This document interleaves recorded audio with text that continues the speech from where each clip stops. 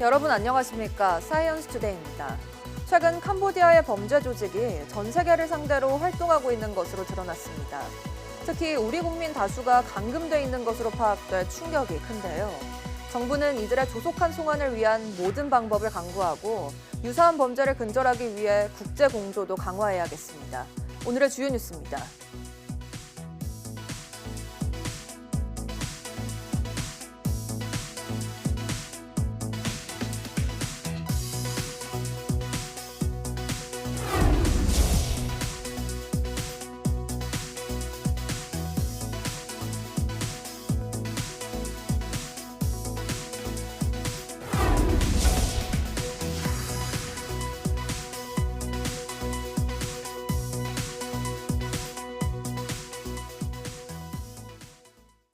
이번 주는 주말까지 전국에 비가 내렸다 그치기를 반복하겠고, 비가 그치는 일요일부터는 서울 등 내륙의 아침 기온이 10도 아래로 곤두박질하겠습니다. 기상청은 오늘까지 제주도에 최고 70mm, 내륙에 10에서 60mm의 비가 내리고 이후 내일과 주말 사이에도 전국에 50mm 안팎의 비가 더 이어지겠다고 밝혔습니다. 다만 일요일에는 영동 지방을 제외하고 대부분 맑은 날씨를 되찾겠지만 기온이 크게 떨어지겠습니다. 특히 서울은 아침 기온이 일요일 8도, 월요일 7도로 이번 주보다 10도 가까이 내려갈 전망입니다. 기상청은 다음 주 예년보다 낮은 기온이 지속하며 이른 추위가 이어지겠다며 급강하는 기온에 철저히 대비해달라고 당부했습니다. 가을이 깊어지면서 강원도 설악산이 빠르게 단풍으로 물들고 있습니다. 이상 고온 탓에 단풍은 평년보다 나흘 늦었지만 빛깔은 예년보다 더 곱다는 평가입니다. 송세혁 기자가 다녀왔습니다. 깎아지른 기암 괴석 사이로 붉고 노란 단풍이 고운 자태를 뽐냅니다. 산등성이를 타고 내려온 단풍은 계곡까지 물들이며 가을 정취를 더합니다. 오색 단풍의 향연에 흠뻑 빠져든 등산객들은 정상을 향해 발걸음을 재촉합니다. 올 때마다 더 아름다운 것 같고 올해는 더 아주 단풍이 아름답게 들은 것 같아요. 지난 2일 해발 1708m 설악산 정상 대청봉에서 시작된 단풍은 지금은 해발 7,800m 부근까지 물들였습니다. 올해 설악산 단풍은 평년보다 나흘 늦었습니다. 최저 기온이 5도 이하로 떨어지면 단풍이 본격화하는데 최근까지 이어진 이상 고온 탓에 늦게 시작된 겁니다. 지난달 전국 평균 기온은 1973년 이후 두 번째로 높은 23도로 평년보다 2.5도나 높았습니다. 첫 단풍이 늦은 만큼 산 전체의 80%가 물드는 절정 시기도 평년보다 사나흘 늦어질 전망입니다. 설악산이 오는 23일, 한라산은 30일, 내장산은 다음 달 11일쯤 단풍이 절정을 맞을 것으로 예상됩니다. 예년에 비해서 더욱 울긋불긋하고 선명한 빛깔을 나타내고 있는데요. 이는 적절한 강수량과 적절한 그 기온의 하강으로 보고 있습니다. 국립공원공단은 안전사고 예방을 위해 체력에 맞는 탐방로를 선택하고 등산화와 여벌옷 등 필수 장비를 갖출 것을 당부했습니다. YTN 송세혁입니다. 울진 산불 피해지의 산림 생태보건 사업이 유엔이 주관한 세계보건대회에서 우수 사례로 선정됐습니다. 이번 대회는 유엔의 생태계 보건 10년 계획의 일환으로 지난 15일 이탈리아 로마에서 열렸으며 전 세계 200여 개 보건 사례 가운데 10개만이 뽑혔습니다. 산림청은 울진 생태보건 사업이 시민 참여와 제도적 지원, 자생식물 활용 등 생태적 보건 과정을 체계적으로 추진한 점이 높은 평가를 받았다고 밝혔습니다. 산림청은 오는 2027년까지 울진 산불 피해지 보건 사업을 마치고 이후 10년간 생태 회복력을 점검할 계획입니다. 우리나라 산업 현장의 인공지능 활용률을 끌어올리기 위해 과학기술정보통신부와 산업통상자원부, 중소벤처기업부까지 세 개 부처가 업무 협약을 맺고 정책협의회를 구성합니다. 새 부처는 산업계가 가진 역량에 비해 현장의 인공지능 도입, 활용률이 높지 않다는 데 공감하고 산업 전반에 인공지능 핵심 기술을 내재화하기로 했습니다. 배경훈 부총리는 인공지능 모델만 잘 만든다고 현장에서 잘 작동시킬 수 있다고 생각하는 것은 큰 오산이라며 제조 현장에서 만든 데이터를 모델화하고 현장에 적용해 업데이트하는 반복 작업을 통해 하나의 성공 사례를 만드는 게 중요하다고 강조했습니다. 응급 환자 치료는 보통 사고 발생 후 1시간이 골든아워라고 하는데요. 생사의 갈림길에 선 환자의 골든아워를 지키기 위해 응급의료 현장에 인공지능 도입이 추진되고 있습니다. 이성규 기자입니다. 교통사고나 추락사고가 발생하면 1분 1초가 환자의 생명과 직결됩니다. 하지만 응급의료 현장은 한정된 의료 인력과 시간으로 신속한 진단과 치료에 한계가 있습니다. 이런 한계를 극복하기 위해 응급의료 단계별로 인공지능 도입 프로젝트가 추진되고 있습니다. 우선 구급대원이 의료진에게 보고하는 음성 정보를 분석해 환자의 상태를 알려주는 인공지능 솔루션이 개발 중입니다.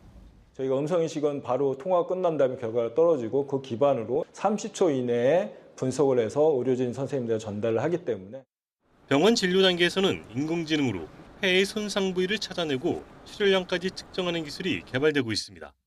기흉 영역과 폐 영역 그리고 혈육 영역이 색깔로서 이제 구별이 된 모습이고 이를 3D로 만들었을 때 이런 식으로 이제 색으로 좀 더 명확하게 구별이 되는 모습을 확인하실 수가 있고 응급치료에서 환자의 상태와 치료 상황을 기록하는 간호기록 업무도 인공지능의 도움을 받으면 시간을 대폭 줄일 수 있습니다. 개발사들은 인공지능의 성능을 높이기 위해 의료진과 정기적으로 소통하고 의료 데이터도 축적해 인공지능을 학습시키고 있습니다. 여기에 이런 앞선 기술들이 접목이 된다면 더 빠른 시간 안에 더 좋은 결과들을 낼 수 있을 것 같습니다. 또 실제 외상센터에서 인공지능 기술의 실용성과 안정성도 검증할 계획입니다. YTN 사이언스 이성규입니다. 국가정보자원관리원 전산실 화재로 멈춘 시스템 복구율이 45.7%로 나타났습니다. 중앙재난안전대책본부는 오늘 오전 6시 기준 전체 709개 시스템 가운데 324개가 정상화됐다고 밝혔습니다.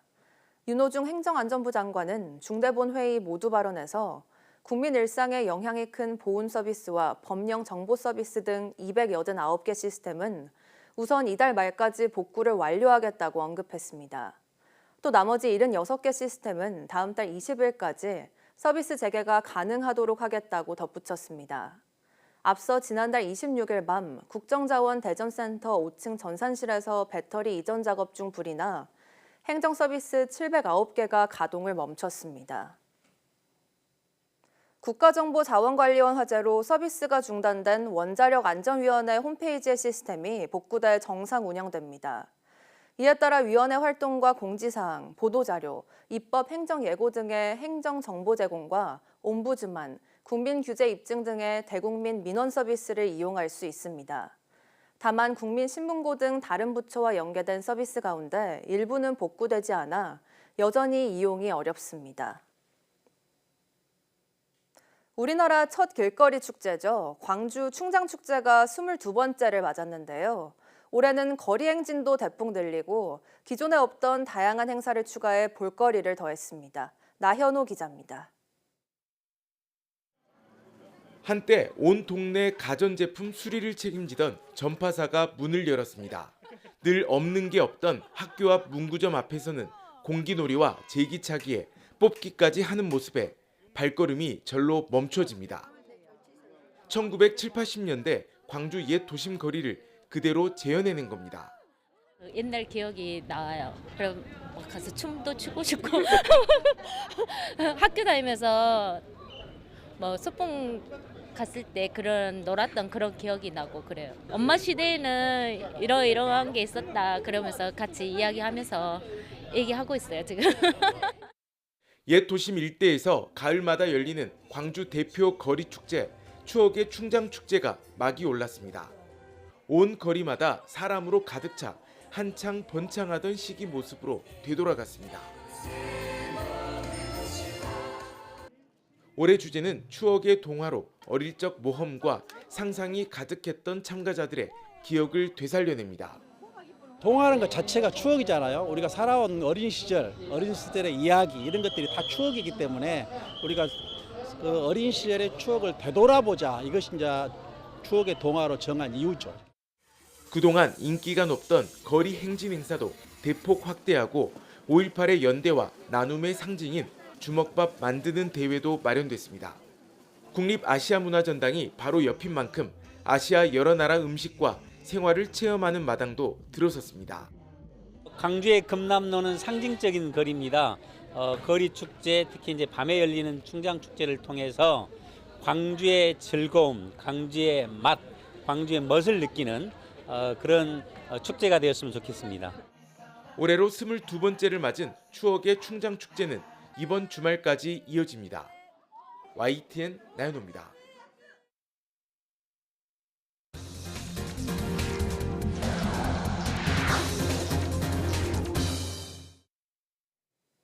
정부는 캄보디아에서 이른바 스캠 사기에 종사하는 한국인이 1,000명이나 되는 것으로 추산했습니다.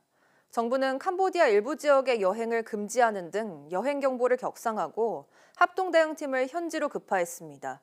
홍성기 기자가 보도합니다. 정부는 캄보디아 안에서 온라인과 전화 등으로 사기 행각을 벌이는 이른바 스캠 일을 하는 한국인이 1,000명이나 되는 것으로 보고 있습니다. 한국인이 거기에 일하고 있는 숫자도 상당한 규모라고 알려져 있습니다. 정확한 숫자는 잘 알 수 없지만 대체로 우리 국내 관련 기관에서는 1,000명 남짓이라고들 보고 있습니다. 물론 1,000명이나 되는 한국인이 모두 납치나 감금 피해를 입고 있는 건 아닙니다. 그래도 외교부가 납치나 감금 신고를 한 한국인 가운데 안전을 확인하지 못한 80여 명보다 10배 넘게 많은 숫자입니다. 이 같은 심각한 상황을 고려해 정부 합동 대응팀은 꾸려진 지 하루 만에 현지로 출발했습니다. 외교부와 법무부를 비롯해 경찰청과 국정원까지 참여한 합동 대응팀은 도착 즉시 캄보디아 정부와 고위급 면담을 진행할 예정입니다. 현지에서 캄보디아 외교부, 내무부, 그리고 온라인 스캠 대응위 등을 방문하게 되고요.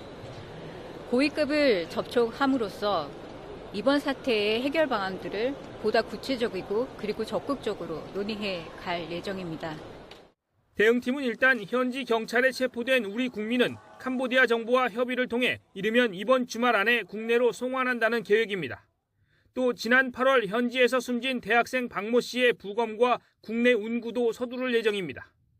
우리 의료진이 참여하는 공동 부검도 어느 정도 합의가 끝난 상태입니다. 외교부는 현재 주 캄보디아 대사가 공석인 점을 고려해 지난해 중동 사태 당시 90명이 넘는 우리 국민 탈출을 지휘한 박일 전 주 레바논 대사를 푸놈펜에 보내기로 했습니다. 민주당도 정부 합동 대응팀을 측면 지원하기 위해 김병주 의원을 단장으로 하는 안전대책단을 현지에 급파했습니다.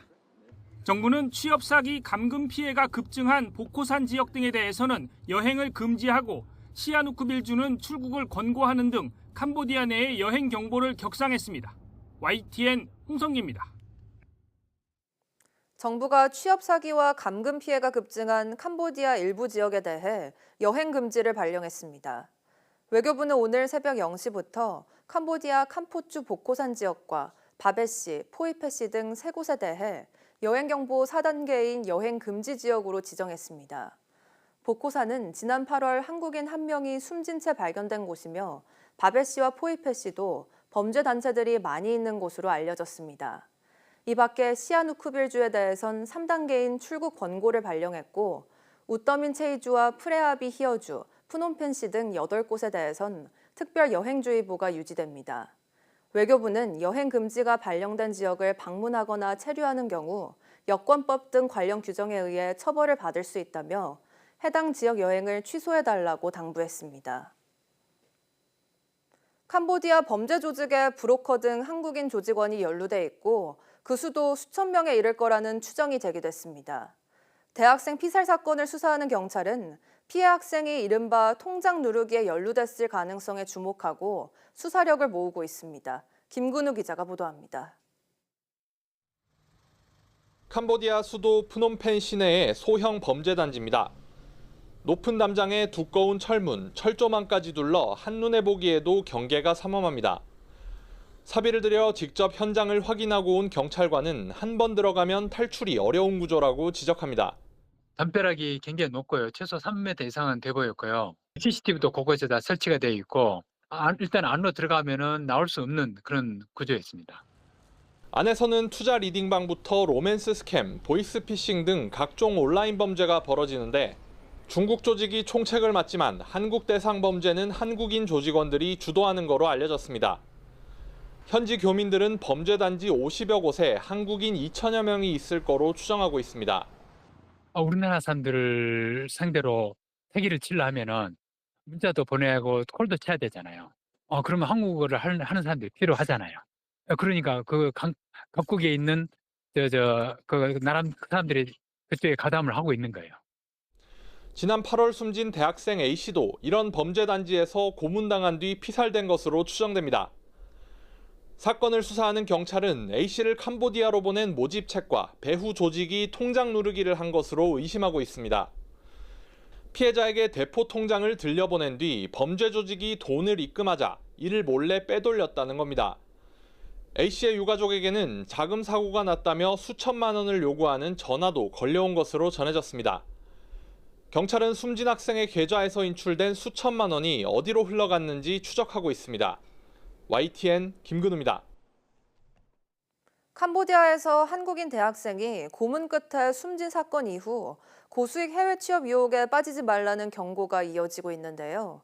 YTN 취재진이 캄보디아 감금 과정이 고스란히 담긴 법원 판결문들을 살펴보니 범죄에 가담하게 될 걸 알고 출국한 사례도 있었습니다. 이현정 기자가 보도합니다. 캄보디아 취업 사기나 감금 피해 사건을 다룬 법원 판결문에서 관련 인물들은 하나같이 큰 돈을 벌 수 있다는 유혹에 출국했다고 진술했습니다. 카지노나 텔레마케팅, 암호화폐 관련 업무를 하면 한 달에 수천만 원의 고수익을 보장하겠다는 말을 덜컥 믿었다는 겁니다. 하지만 범죄에 가담할 수 있다는 걸 미리 알면서 비행기에 몸을 실은 사례도 있었습니다.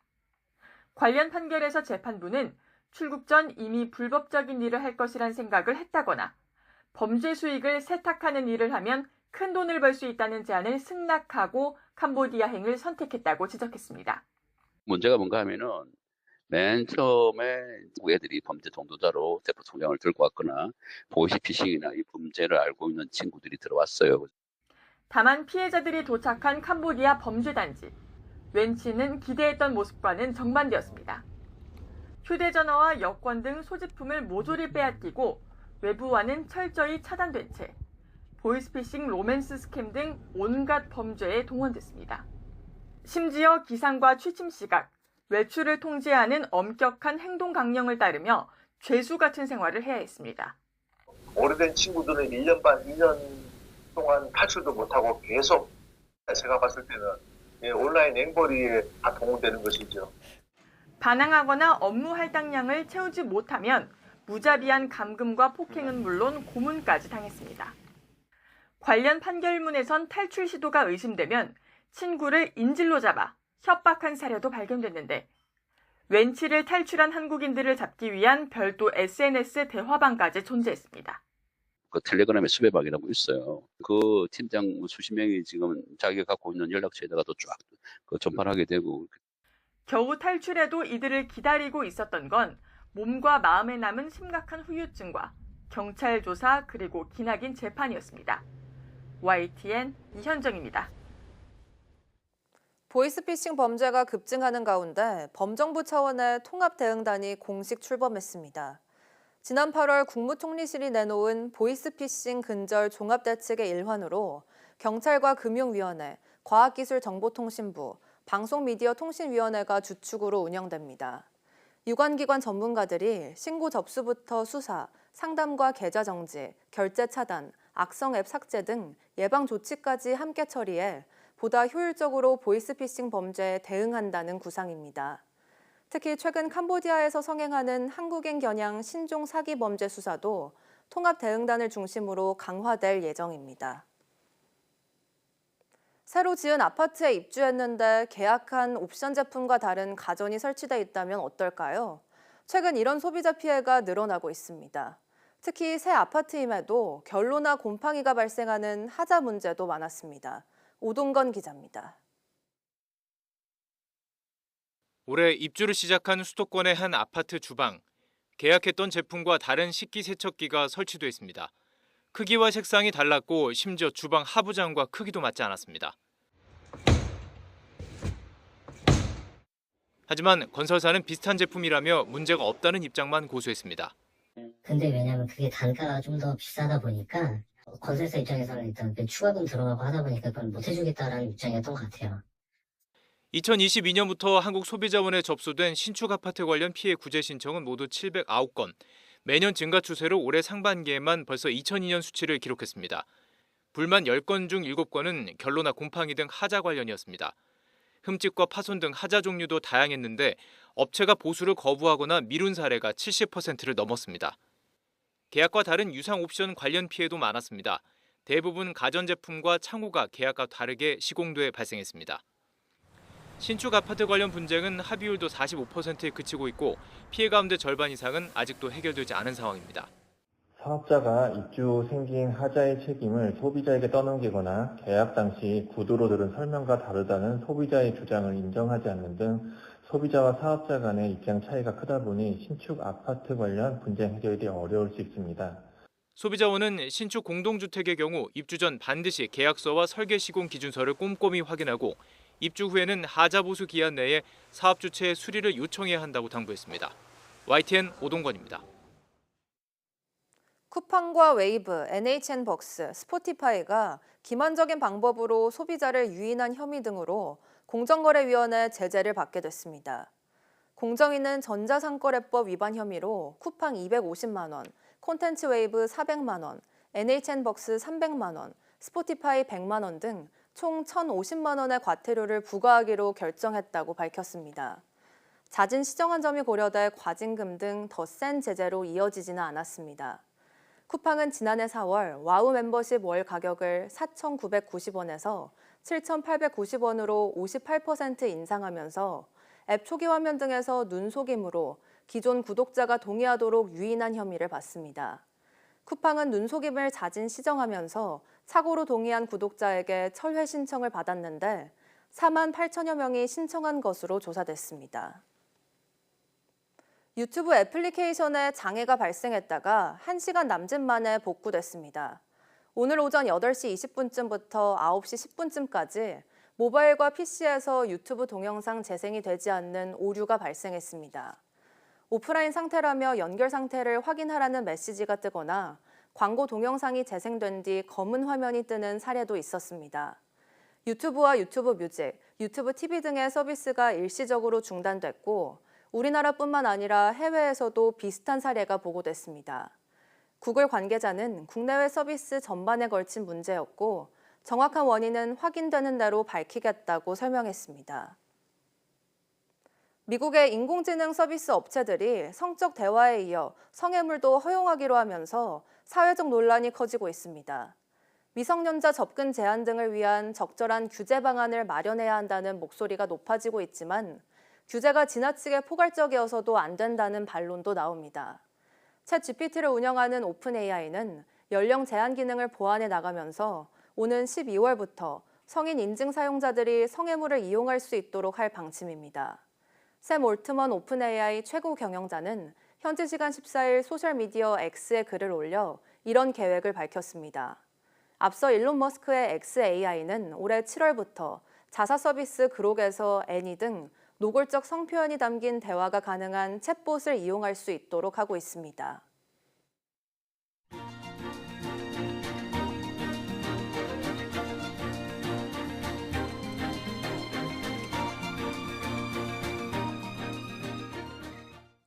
(10월 16일) 오전 사이언스 투데이 마칩니다. 오후 뉴스도 많은 시청 바랍니다. 시청해주신 여러분 고맙습니다.